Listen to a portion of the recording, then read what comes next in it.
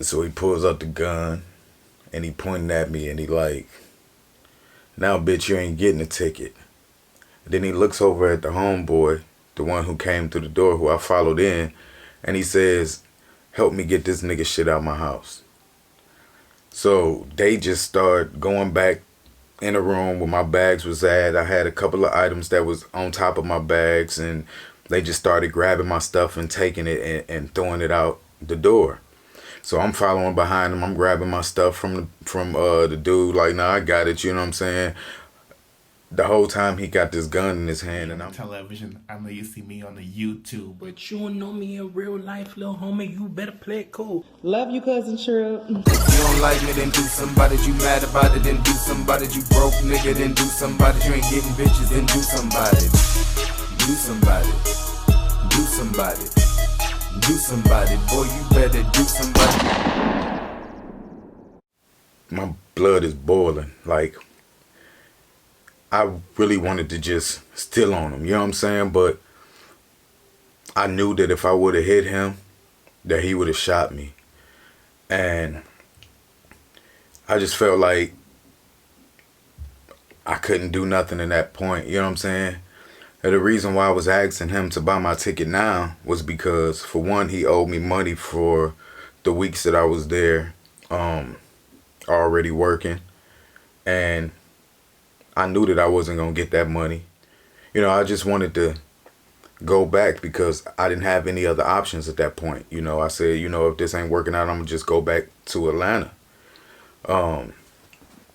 So he throwing my stuff out the door, and I grabbed my stuff, and they closed the door behind him, and my boy, he gets outside the car, and he comes help me with my stuff. He like, yo, what happened? I was like, yo, this nigga just pulled a gun out on me. He like, what? I'm like, yeah, man. He started helping me put my bags and stuff in the car. And he like, wow, I heard y'all arguing and stuff. I ain't know. I was like, yeah, man. I was literally in shock. You know what I'm saying? Now, I ain't the type of person that would call the police, but I was pretty much just repeating after what my boy was saying on the phone. He like, you know, I can't help you. Call the police. And I'm like, I should call the police. Like, you know what I'm saying? And that just sent him over the edge, you know, probably because he knew he sold weed in there. He ain't want no attention to, you know, the studio and stuff like that. And it was just a crazy situation. So I'm in the car and I'm just sitting there like, wow, like, what do I do now? You know, then my homeboy, he says, well, what you gonna do? And I say, I don't know. You know what I'm saying? Like, I don't know what I'm gonna do. And he was like, well, you can stay at my crib. You can stay at my crib until you figure out, you know, your next move or whatever. I was like, nah, man, this ain't got nothing to do with you. Like, I don't really want to do that. You know what I'm saying? He was like, nah, I mean, what else you gonna do? It was like, you good. I was like, all right, man, thank you. I appreciate it. You know, really, I didn't have many other options at that point. You know, I was only planning on staying there for, you know, maybe a few days until I figured out what I was going to do. So, you know, I get to his crib and everything between us is cool. You know, we still was kicking it. You know, he was working on some music. You know, he wanted to, you know, get into the music game. So I was writing music for him. He was giving me beats that he wanted to work on, and everything was cool. We would talk, we would hang out, go out to events and stuff at night.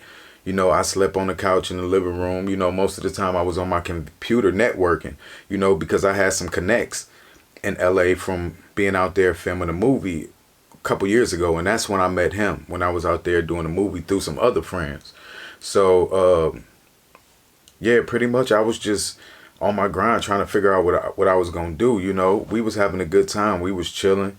You know, like I say, we was working on music and just having a good time. We'd smoke together. You know, a lot of times he'd be cooking. He'd come in there and offer me, like, you want something? I'd be like, yeah, sure. You know what I'm saying?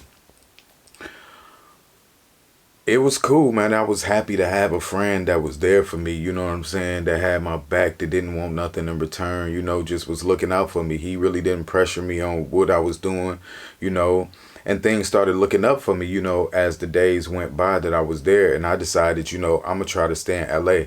I didn't want to go back to Atlanta. I was like, you know, if I can make it work in LA, you know, let me give it another shot. You know, so I started reaching out to some producers and stuff that I worked with in the past, trying to get, you know, on the production side of some films and stuff like that, just to make some money. And everything was going good. I got good news while I was there. A film that I had wrote called The Good Wifey was going to the film festival. So I got an email saying, you know, we selected y'all film for the film festival, and that was like great news to me for any up and coming writer. This was the first film I ever wrote for it to be going to the Cannes Film Festival. That was like major, so I was excited. I went in the kitchen, I told a boy like, yo, guess what, my movie is going to the film festival. He was like, what? That's major. So he was happy for me, excited for me. You know, I was like, wow, you know what I'm saying? So things was looking up, man. You know, I was comfortable. You know, we had a good relationship, chilling. You know, maybe like a few days after that, I got a message from the producers of the film, the executive producers, and they said that, you know, we wasn't going to the film festival because we got a deal with Redbox and Walmart. So the deal was that our film would go to Redbox for the first month, and then we'll be in Walmart stores all over the country. So that was even better news, because now I'm going to be making money right away from the film. So I was excited. I went in there and told him like, yo, I know I told you my film was going to Cannes Film Festival, but now I found out it's going to Redbox. He didn't seem as happy as he was when I told him that it was going to, you know, the film festival. He was like, what? That's what's up. I thought you said. I was like, I know, you know, but now it's going to Redbox. So I was excited about that, you know. Just to have some good things happening for some work that I had put in already. And, you know, it was just good, man. You know, I got the date of the day that the film would be in the Redbox, and I ain't tell nobody, man. I just wanted to go get the movie by myself. You know, when it got out, I walked down to the corner store. It was Redboxes all over LA. You know, I walked down to the corner store and I went in there, and my movie was the main movie right there, you know, in Redbox. And, you know, I got the movie out. Somebody else was there in front of me looking for a movie, and I, you know, kind of convinced her into getting my movie. I was like, yo, get this one. She was like, oh, I was like, yeah, I wrote this. She was like, really? I'm like, yeah. She was like, okay, well, I'll check it out. So that was cool. Got the movie, went back to the crib, watched it by myself just so I could critique it. I ain't want nobody else watching with me. And it just was a good feeling, man. Any producer or, you know, screenwriter, anything, know that that's just a major deal, you know, to be in Redbox at the time and to be in Walmart. So, you know, everything was going good. You know, I was looking forward to some of the deals that I had going on, you know. Y'all, I can't make this stuff up. I mean, it would be a lot easier just to make a story up because I wouldn't have had to go through it. So everything changed this one day. I'm sitting on the couch, you know, just doing my usual networking on the internet and, you know, reading emails and things like that. And I get a text message. Text message come in, and it's my boy. I see his name on it, and I'm like, why he texting me right from the other room? And you know, deep down in your gut, you know it's about to be some bullshit. But this wasn't the bullshit that I was expecting. So I pick up the phone, I look at the text, and I open it. The text read, and I quote, "Can I suck your dick?"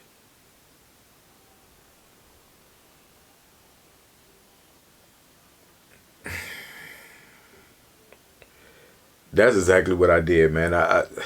I had to look at the message for like 3 minutes to even really like comprehend it and just make sure I was reading it right. I'm looking like, now I'm like, yo, wow, like, how do I respond back to this without offending him, or, you know,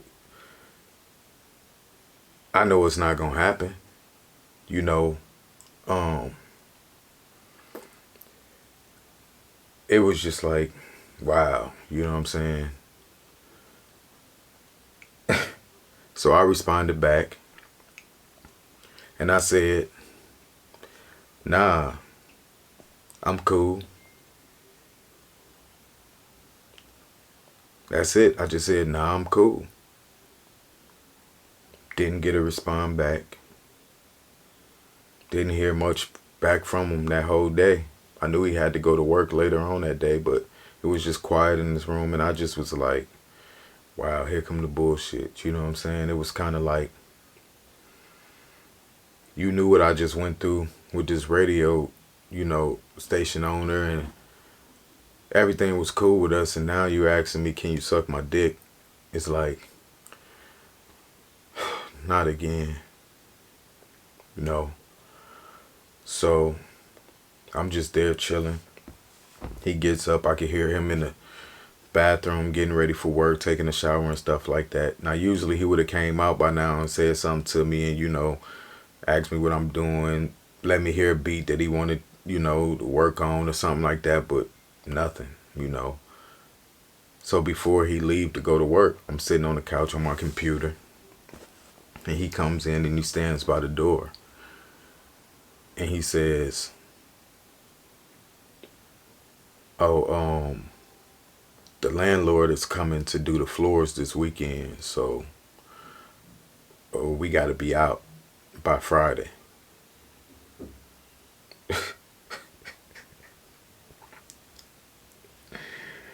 I said, what? By Friday? And mind you, this is about Tuesday. He said, yeah. I was like, well, why you just now telling me this? He like, I just found out. And I was like, I mean, but why we gotta leave? He was like, I gotta move all this furniture off the floor. They coming to redo the floors. I was like, so where you going? He said, I'm going to stay at my homegirl's house. And I was like, I mean, I was kind of like, wow. You know, I didn't know if he was telling the truth or if he just did this because I sent him that message saying, nah, I'm cool. It felt like he didn't want me there because he couldn't have his way with me. Damn. For me, it was, I took it even more personal than a radio station owner who pulled the pistol out on me, because it was just like, you just seen me go through this situation and then you put me in the same situation again. But this time I feel like it's even worse because it was just like I had a lot going on for myself that I wanted to do while I was out in LA, and you pretty much stopping all that just because you got horny and got in your feelings because I said, I'm cool. I didn't speak to old boy no more after that. I had to figure out what I was going to do, and I didn't have any more options in LA. You know, so the only thing I could do was call my dude, who we were still in a relationship because we hadn't broken up officially, even though I didn't have sex with him, and, you know, we were still together, and I still had a certain respect for him. He had somewhat respect, but he would still leave and do things, but he would hide it from me, of course, you know. But when I left, I was saying I wasn't coming back. I was really trying to make a way for myself out in LA. The radio show was my big break. That fell through. Then I got a glimmer of hope when a boy said I could stay there until I get on my feet, and things was moving really fast for me. But that just put a cloud over everything.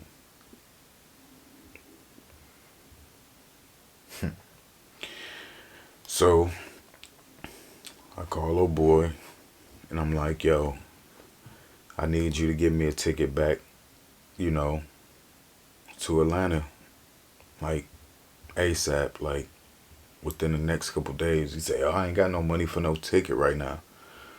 I said, come on, man, like you telling me you can't get up a couple $100 to give me a ticket or call one of your friends with a buddy pass or something.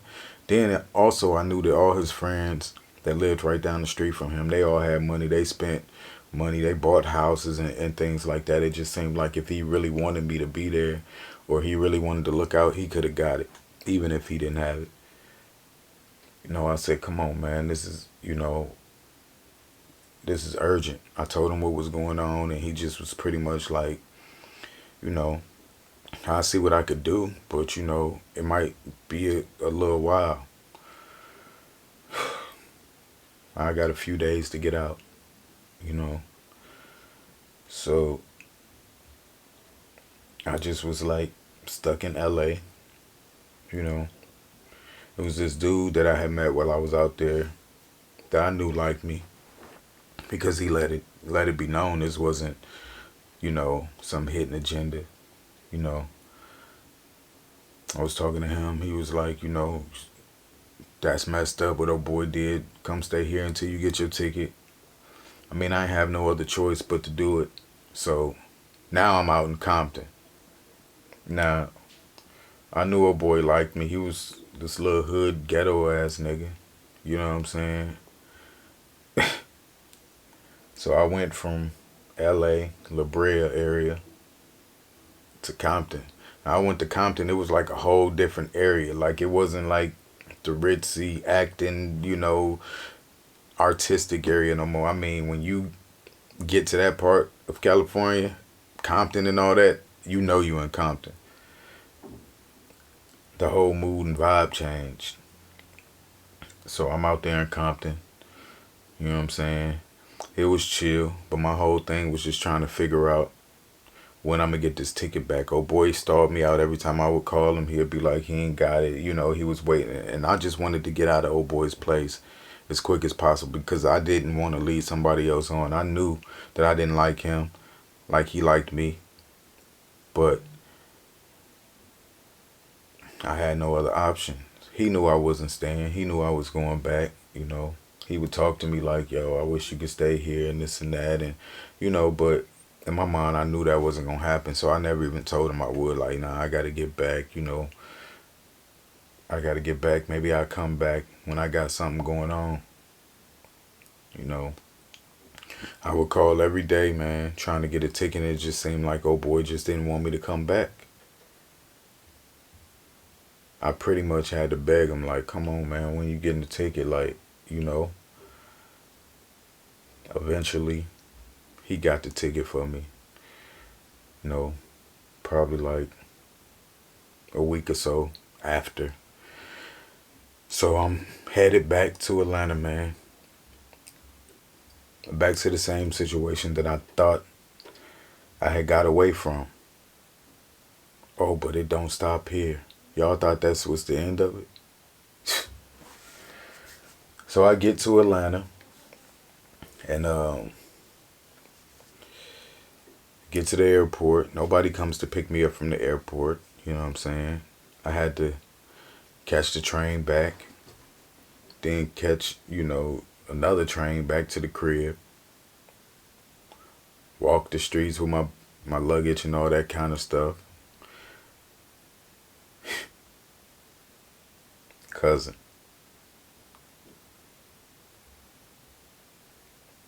So I get to the crib. I don't see his car in the driveway. So I go. I knock on the door.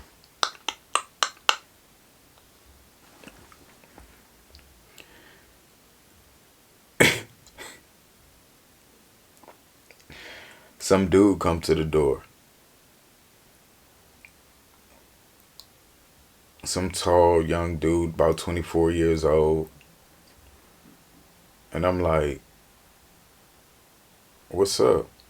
Now, I'd never seen this dude a day in my life. I didn't know who he was, what he was doing there. None of that. You know what I'm saying? I say, where old boy at? He was like, oh, he at work.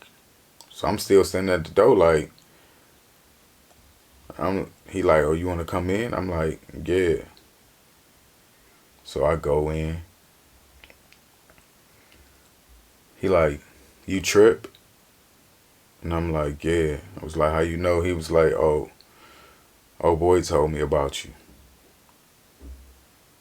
And I'm like, what? Word? Well, who is you? He said he was his boyfriend.